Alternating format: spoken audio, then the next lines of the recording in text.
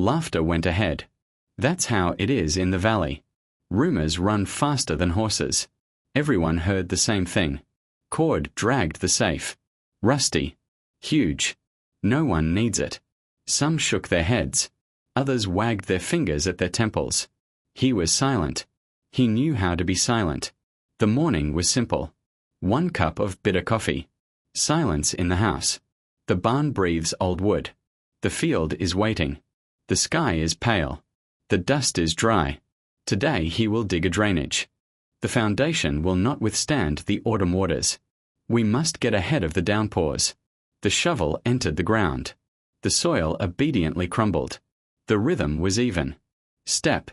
Cut. Throw. The smell of damp earth rose up. A few meters of flat trench. And suddenly another sound. A dull metallic echo. Not a plough. Not a pipe. Something heavier and lower. He knelt down. He raked the ground with his hands. An edge of iron appeared from the darkness. Rough. Scratched. Hard. A little more. A corner appeared. Then another. The shape formed in his head immediately. A box. A safe. The door was visible under a crust of rust. The place for the dial was eaten into the metal. The hinges were overgrown with time. He ran his hand along the seam. The cold hit his fingers. The sun was rising. Sweat filled his eyes. The wind drove dry stalks across the yard. A bird's shadow slid across the lid. The silence became thick. Sense suggested something simple. Go back to sleep. Forget and move on. But he looked. Long and attentively. There was something familiar about this piece of iron. Not the shine. Stubbornness. The same as his own. He got up and took up the tool. By evening, the rumor had spread throughout the valley. The shop was buzzing. The neighbor was laughing near the bags of feed. Found gold. Don't scatter it on the road. Another winked. Don't forget to share the treasure. The laughter was supposedly friendly, but it was cutting through the living. He paid for the purchase. He drove home in silence. On the weekend, his relatives came. His brother leaned against the fence and laughed. What's the point of it? Hand it over for metal and you'll sleep better. The nephews climbed out. Their heels clicked. The rust fell like red snow. They shouted about pirate treasures. He was indifferent to their games. He thought about something else. Every evening he returned to the safe. The brush cut the rust. The file groaned along the edge. The wedge waited for a blow. The hammer responded. The scales of years separated from the steel. The air smelled of metal and sweat. The world shrank to a seam and a loop. Time slowed down. Patience grew. The words of others stuck like burrs. In the shop they talked about stupid fun. At the fair they joked about empty chests. The children on the road shouted about gold. He did not explain. He never made excuses. They don't believe explanations. Facts change voices. We must press. We must open. The first loop twitched. A barely audible creak passed through his body. He froze and smiled to himself. Another knock. Another series of short jerks. The safe responded with a wheeze and silence. The door moved by a hair. Patience became faith. Faith became action. He didn't call anyone. Night fell sharply. The lantern gave a narrow circle of light. The barn stood as a dark shoulder. The field breathed dust and heat. Somewhere in the ravine a coyote howled. He leaned his palm against the metal. The cold was honest. Honester than human laughter. He whispered to himself, I'll finish it. In the morning he was back in the trench. The work was waiting. The earth was demanding. But his thoughts returned to the box. To the seam. To the loop. To the barely noticeable shift. The day passed in worries. The sun melted the horizon. Evening brought him back to the safe. His hands already knew every hole. His eyes saw what others did not notice. Why did he not throw it? Because all his life he had held on to the ground when others gave up. Because he had endured droughts when others sold their herds. Because he had survived storms that tore off the roof. The safe was the same task. Not for praise. Not for money. To prove a simple fact. Iron gives way to perseverance. Like anything else. In the evening he took off his gloves. He sat on the threshold. He looked at the dark rectangle. This box had already changed his yard. It hadn't been opened yet, but he had already turned his gaze away. Laughter became the background. Silence became a support. He stood up without haste, and he got back to work. The jokes didn't stop. They multiplied. At the store, at the market, on the dusty road between farms. Children shouted as they ran past his gate. "Any gold yet, Mr. Cord?" Their voices vanished into laughter, the kind that sticks to your skin like burrs. His brother came back the next Saturday. 2 sons with him. They were supposed to help mend the fence, but when they saw the massive box near the barn, they forgot the tools completely. The boys climbed on top of it, jumping, kicking. Rust rained down in reddish flakes. Their shouts filled the yard like crows. "Look, Dad, we are pirates guarding treasure." His brother folded his arms, shaking his head. "Daniel, this is foolishness. It's junk, nothing more. Why waste your time? Haul it to the scrapyard before someone gets hurt." Daniel said nothing. He only wiped the sweat from his brow and went back to the fence posts. But inside, the words stung. Not because of truth, but because they came from his own blood. That evening, when the fields were quiet and the animals fed, he returned to the safe. Alone. The yard bathed in fading orange light. He picked up the wire brush. Scraped. The sound was harsh, like grinding teeth. Rust fell in small drifts at his boots. Layer after layer. Year after year. He erased the past from its surface. His hammer struck the hinge. Once. Twice. Sparks flew. The metal groaned but held firm. Night after night. He worked. The valley slept. The only sounds were crickets, the rasp of the file, and his own steady breathing. At Sunday supper, his sister leaned across the table. Her eyes were tired. "Daniel, you can't keep this up. You're chasing a dream made of rust. There's no treasure inside that box. There's only disappointment." He nodded once, said nothing. She didn't understand. None of them did. It wasn't about treasure. It wasn't about gold or jewels. It was about the puzzle itself, the mystery of something sealed for so long, the challenge of making it yield to his hands. Each day the laughter grew louder. Men slapped their knees at the store. Women whispered behind polite smiles. Neighbors slowed their wagons just to stare. But each evening, his resolve hardened, like cooling iron. Where they saw a useless coffin of metal, he saw possibility. Weeks passed. His fingers knew every ridge and seam. The safe began to feel alive beneath his touch. The hinges, once frozen, began to give the faintest tremor under his blows. One night, the sound came. A deep, strained groan. He froze. Heart pounding. A smile broke across his face. Small but fierce. He struck again. And again. The door shifted a hair's breadth. Barely enough to see, but enough to prove it would move. Patience turned into faith. Faith into action. He worked until his arms ached, and his lantern burned low. The world outside still laughed, but he no longer heard it.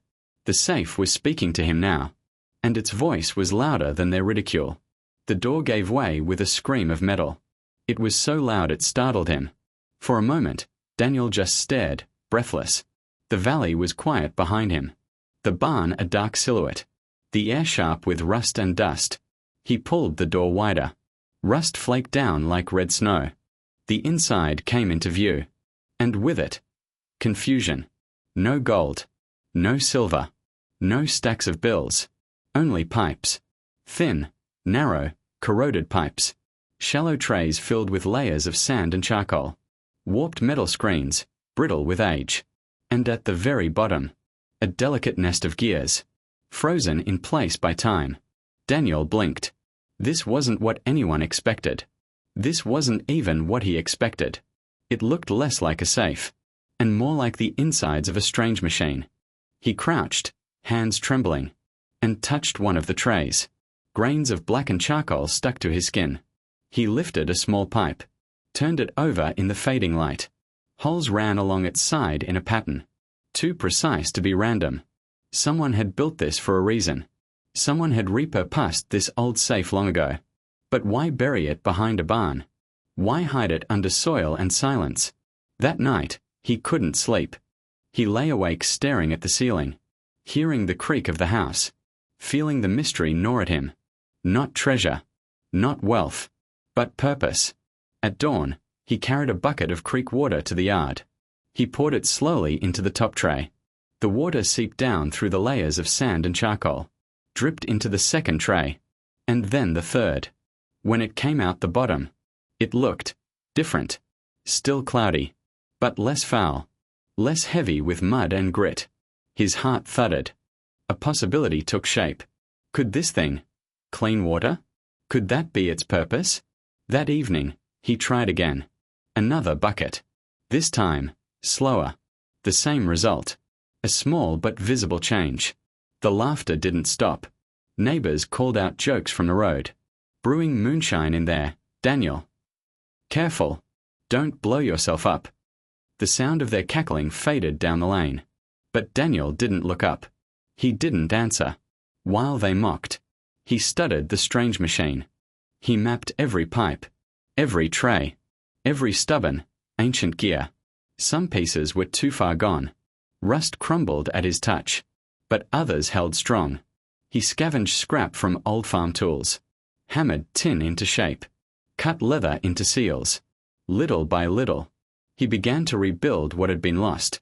Days bled into weeks. Each evening he tinkered, his lantern casting long, trembling shadows across the barnyard. The machine grew more complete, more coherent. One night, after countless adjustments, he poured water through again.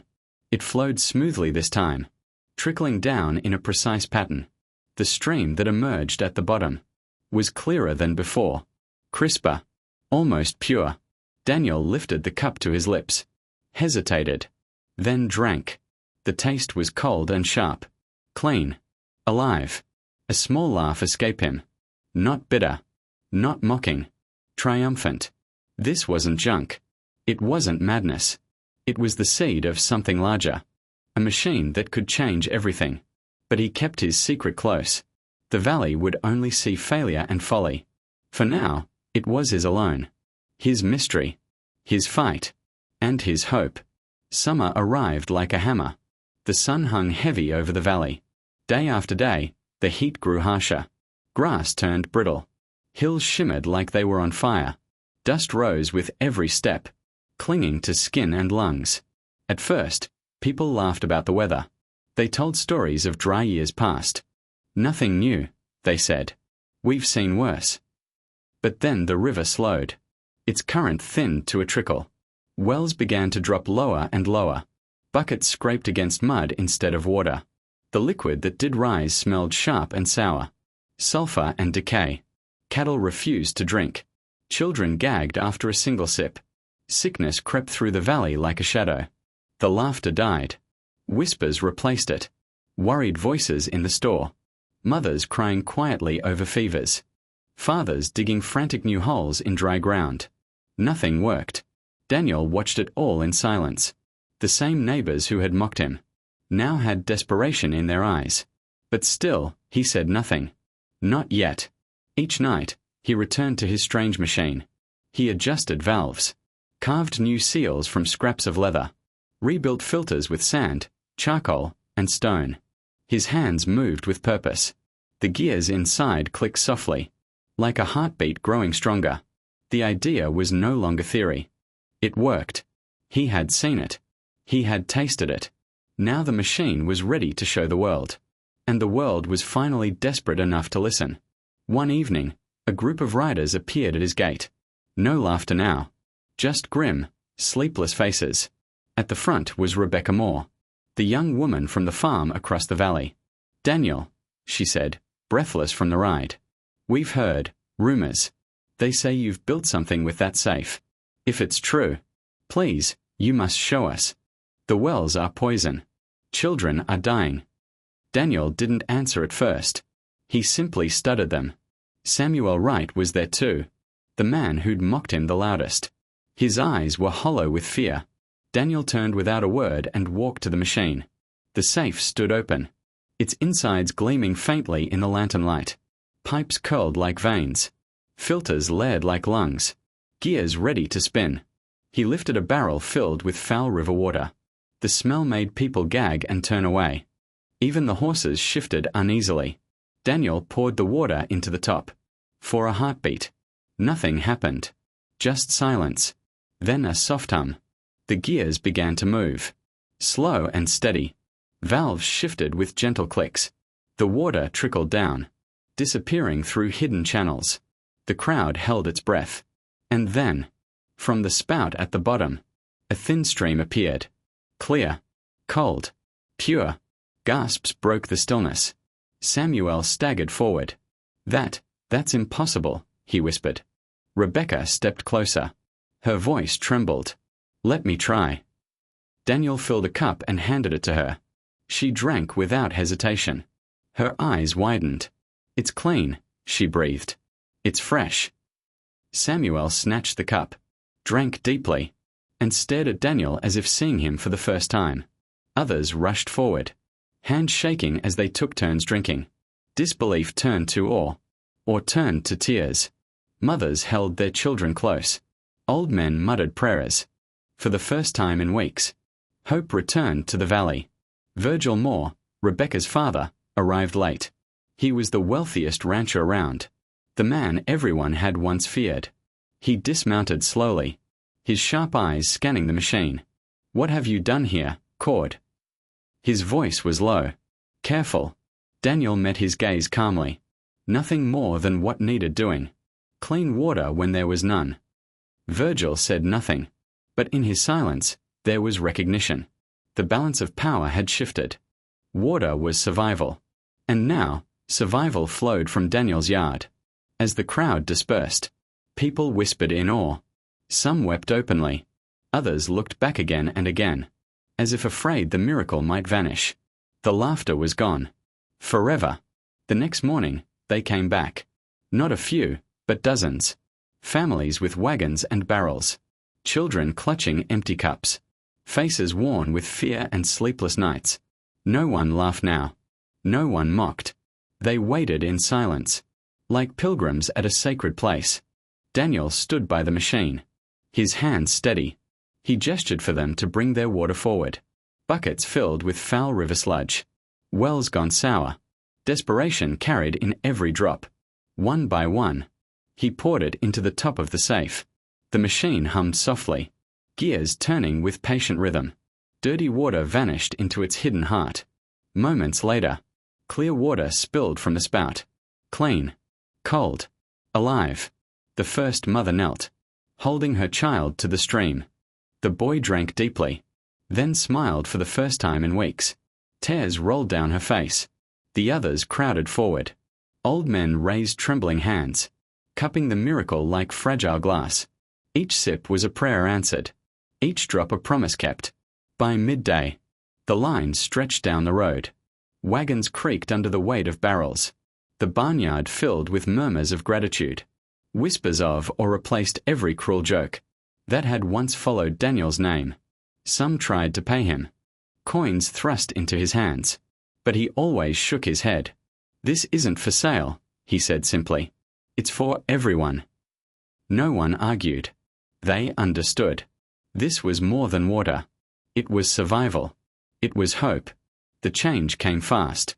Children stopped falling ill. Cattle drank eagerly again, their strength returning.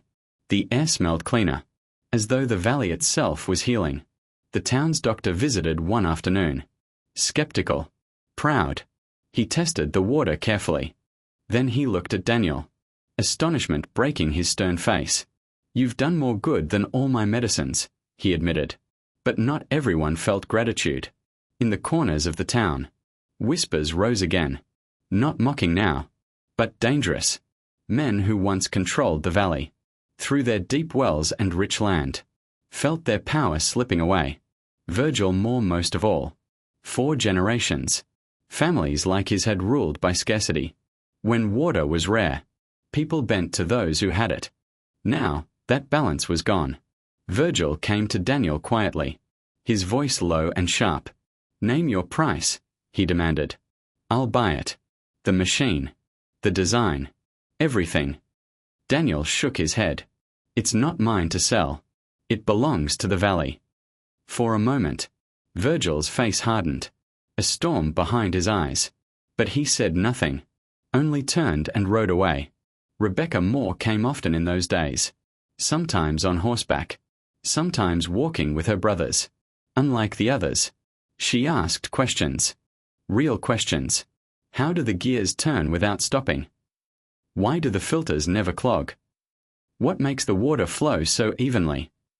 Daniel showed her the basics. How weight triggered the valves. How sand, charcoal, and stone led to cleanse. How the safe almost seemed to breathe. Her eyes lit up, not with greed, but with understanding. A mind seeking knowledge, not power. Autumn came, but the land stayed dry. The river never fully returned. Without Daniel's machine, the valley would have emptied. Families would have scattered to distant towns. Instead, they gathered each day at his farm. The barnyard became the heart of the community. Hope flowed as tangibly as water. The man they once called a fool had become their savior. The rusted safe, once a joke, stood now as a fountain of life. One evening, after the last wagon rolled away, Daniel sat on the barn step. The sky glowed deep orange. The fields lay quiet and still. He looked at the machine beside him. Its pipes gleamed faintly in the twilight. The steady trickle of water sounded like a heartbeat. He remembered the day he first struck his spade against it. The laughter, the mockery, the endless nights of scraping, hammering, believing. They had called him mad. They had called him stubborn. But in the end, it was stubbornness that saved them all. Tomorrow would bring challenges. Men like Virgil wouldn't rest. Others would try to claim what he had built. But the truth couldn't be taken back. The safe had given them more than water. It had given them proof. Proof that even in rust and ruin, there can be life. Daniel rose, poured one last bucket of foul water into the top, watched it disappear into the machine. Moments later, a stream of crystal-clear water spilled forth. He cupped his hands beneath it, lifted the water to his lips, and drank. It tasted of triumph, of vindication, of a valley reborn. Above, the first stars appeared. The night carried a soft breeze, cool against his face. And in that quiet moment, Daniel Cord knew one thing for certain. Sometimes, the world laughs at what it doesn't understand, until the day comes when that laughter turns to awe.